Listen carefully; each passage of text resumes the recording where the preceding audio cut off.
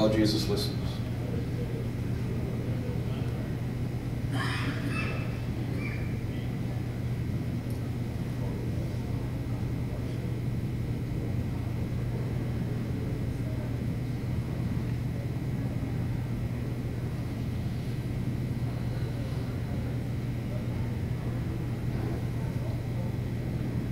If you added anything on top of the wounds they really caused, tell the Lord about that, and tell them about that. You know, it made me think this, made me feel like that.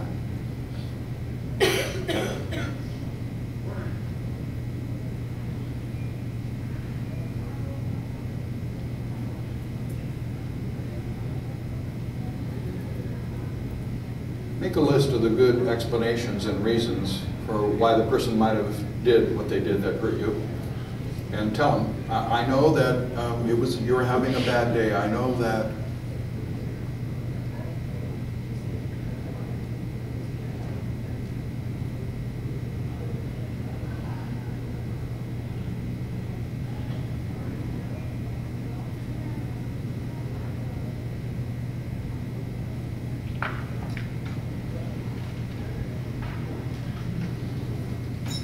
then the important word, but whatever the reasons, you hurt me and I didn't have it coming. Tell them that.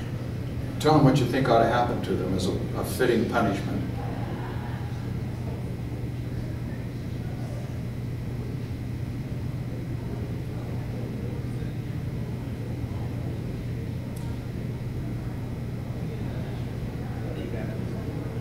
Tell them whether you're ready to forgive them,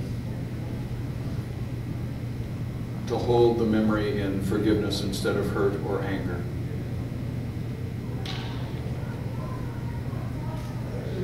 And if you don't know, say you don't know.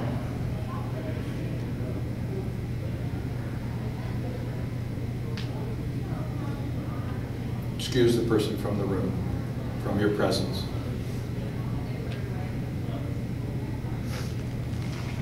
And look at the Lord. Is there anything He wants to say to you? Listen.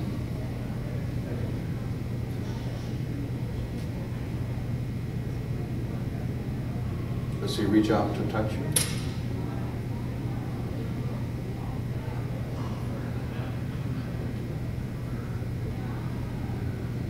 Tell Him whether you're ready to forgive that person or not.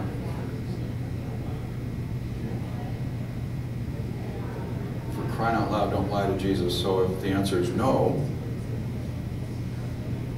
ask His help.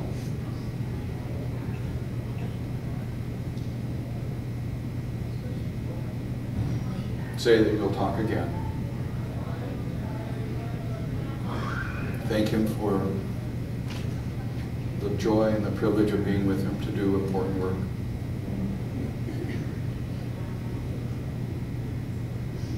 Take a couple of seconds to come back to the room here.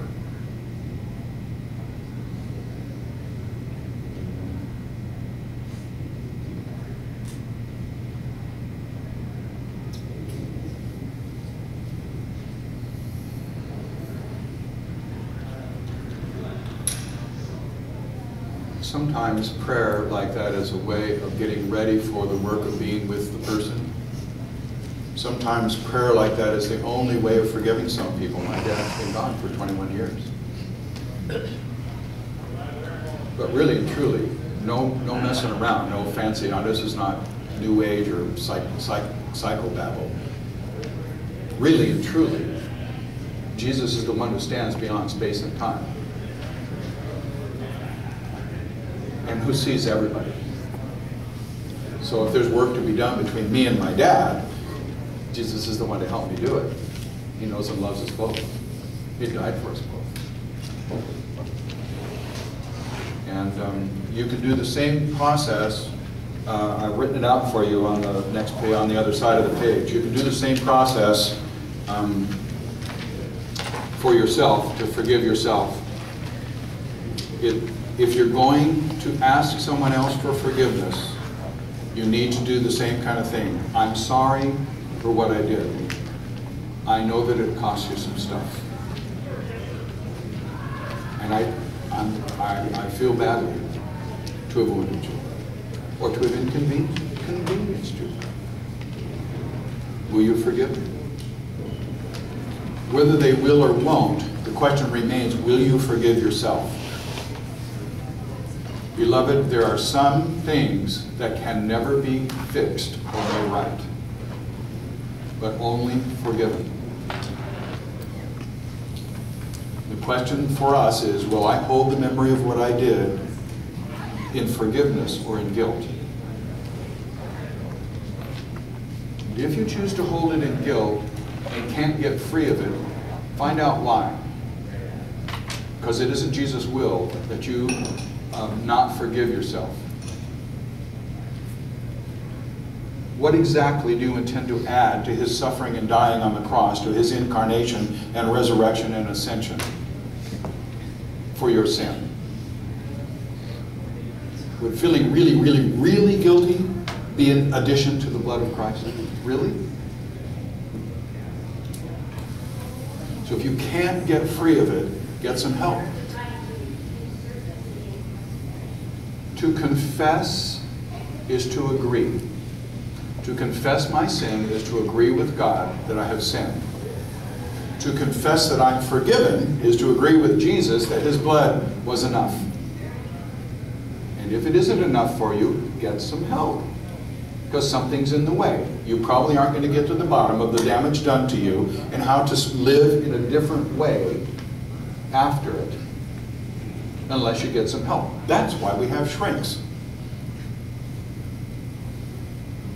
I mean, honestly, if you had pneumonia, you'd go to a doctor. If your appendix was about to burst, you'd go to the hospital.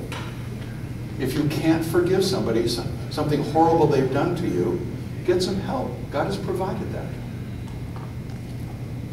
Grace and peace. Let's see. I don't know whether we'll be meeting again during the summer or not, but this Sunday is our last Sunday that I know of. Next Sunday I'll be preaching, so, you know, take it or leave it. Grace and